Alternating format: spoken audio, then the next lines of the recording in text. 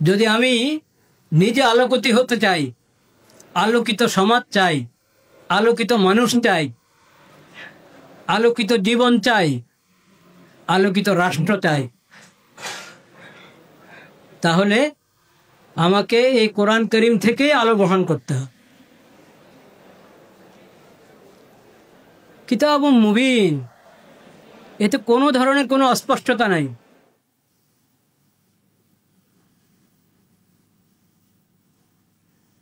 হক এবং হেদায়েতকে স্পষ্টভাবে পেশ করা হয়েছে এবং এতে রয়েছে শান্তির পথ। শান্তি সবাই চা, আলোকিত মানুষও সবাই চা।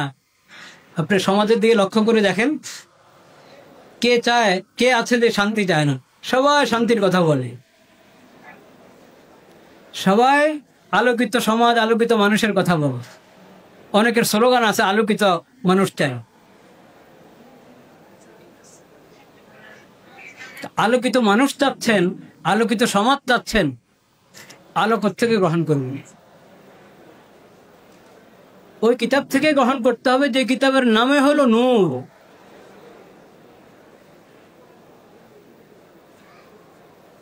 এবং শান্তি এই কিতাব থেকে নিতে হবে, যে কিতাব আল্লাহ তাআলা অবতীর্ণ করছেন শান্তির রাস্তা দেখানোর জন্য। এবং শান্তির একটি রাস্তা না, সুবুল আসসালাম, শান্তির যত রাস্তা আছে এই কোরআনেই তা আছে। এর বাহিরে কোরআন বাদ দিয়ে, কোরআন থেকে বিমুখ হয়ে শান্তি খুঁজে পাওয়া যাবে না। সুবুল আসসালাম, ওয়ায়ুখরিজুহুম মিনাজ যুলুমাতি ইলান নূর, সকল প্রকারের অন্ধকার থেকে আল্লাহ রাব্বুল আলামিন এই কোরআনের মাধ্যমে আলোর দিকে নিয়ে আসেন মানুষকে, জিনকে। জিন ইনসান সবাই তো আল্লাহর হুকুমের মুকাল্লাফ।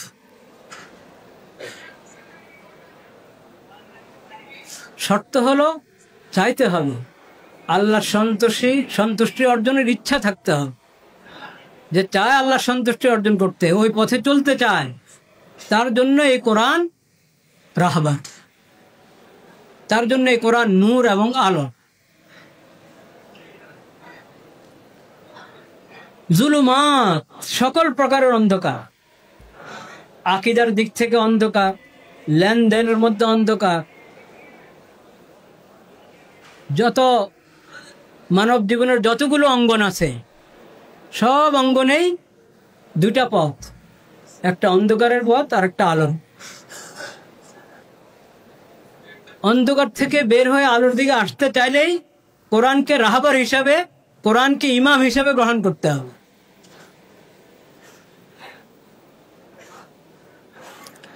ওয়াহদিহিম ইলা সিরাতিম মুস্তাকিম, এই কোরআনের মাধ্যমে আল্লাহ তাআলা যারা আল্লাহকে ভয় করে, আল্লাহর সন্তুষ্টি চায়, আখিরাতের মুক্তি চায়, তাদেরকে আল্লাহ তাআলা সিরাতে মুস্তাকিমে পরিচালিত করে। তো কোরআনের মধ্যে রয়েছে নূর এবং কোরআনের মধ্যে রয়েছে শান্তি, কোরআনের মধ্যে রয়েছে সিরাতে মুস্তাকিম।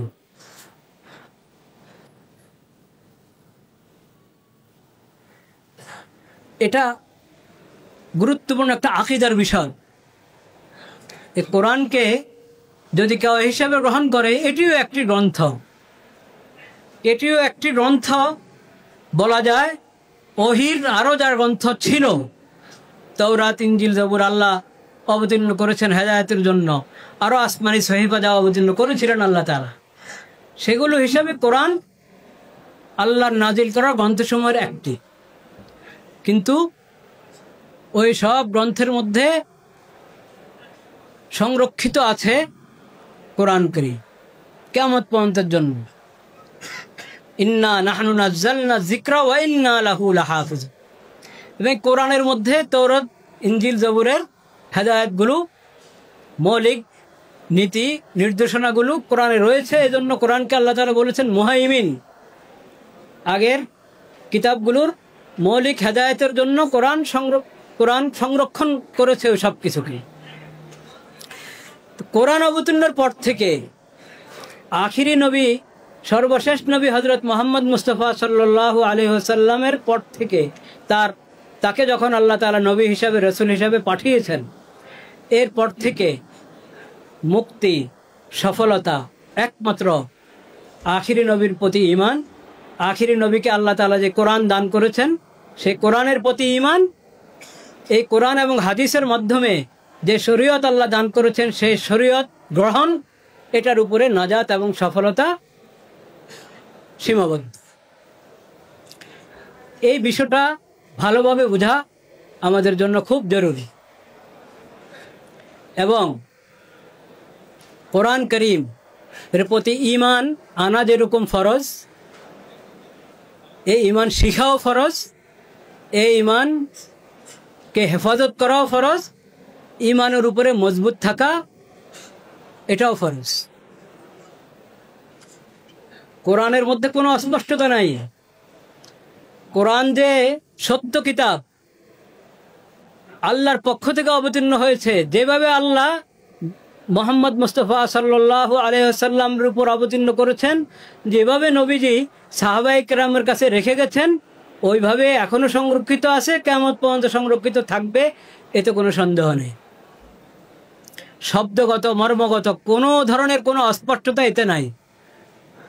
কোরআন নিজেই কোরআনের দলিল, কোরআন নিজেই কোরআনের দলিল। কোরআন তেলাওয়াত করুন, কোরআনের পাঠ, কোরআনের মর্ম উভয়টাই কোরআনের সত্য হওয়া, আল্লাহর পক্ষ থেকে হওয়ার স্পষ্ট দলিল। এটা কিতাবে মুবিন, কোরআনে হাকিম। কোরআন যে শরীয়ত দান করেছে, সে শরীয়ত কোরআন এবং ইসলামের সত্য হওয়ার দলিল। কোরআনের শরীয়তকে এখনো কেউ ফেল করতে পারে নাই। এটা আল্লাহর পক্ষ থেকে অবতীর্ণ হয়েছে শরীয়ত। এই জন্যেই হালাতের মধ্যে যত পরিবর্তন আসবে, কোরআন রাহবর হিসাবে, কোরআনের শরীয়ত রাহবর হিসাবে মজুদ আছে, কিয়ামত পর্যন্ত মজুদ থাকবে।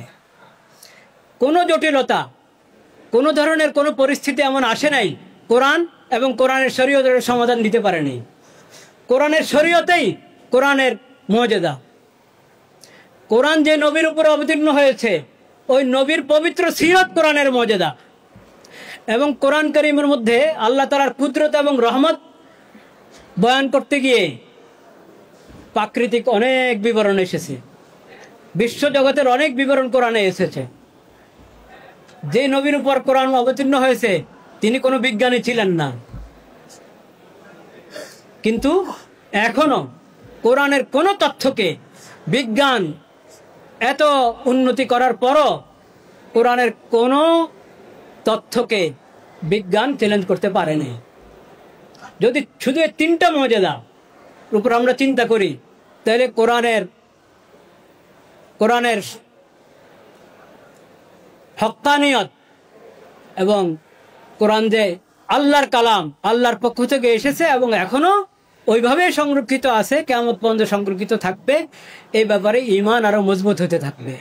আল্লাহ রাব্বুল আলামিন এই ঈমান আমাদেরকে মজবুত করার তৌফিক নসিব করেন। বাস, সবাইকে, সংশ্লিষ্ট সবাইকে অনেক মোবারকবাদ এই মজলিসের জন্য। এই মজলিস শুরু হয়েছে, এটাই যেন শেষ না হয়, এই মজলিস যেন চলতে থাকে। এবং এই মজলিস এটা শুধু প্রদর্শনী আর দেখানোর জন্য নয়, শুধু না, বরং এটা প্রদর্শনী এবং দেখানোর বিষয় না, এটা হলো উপলব্ধির বিষয়, সবক গ্রহণের বিষয়, ঈমান তাজা করার বিষয়।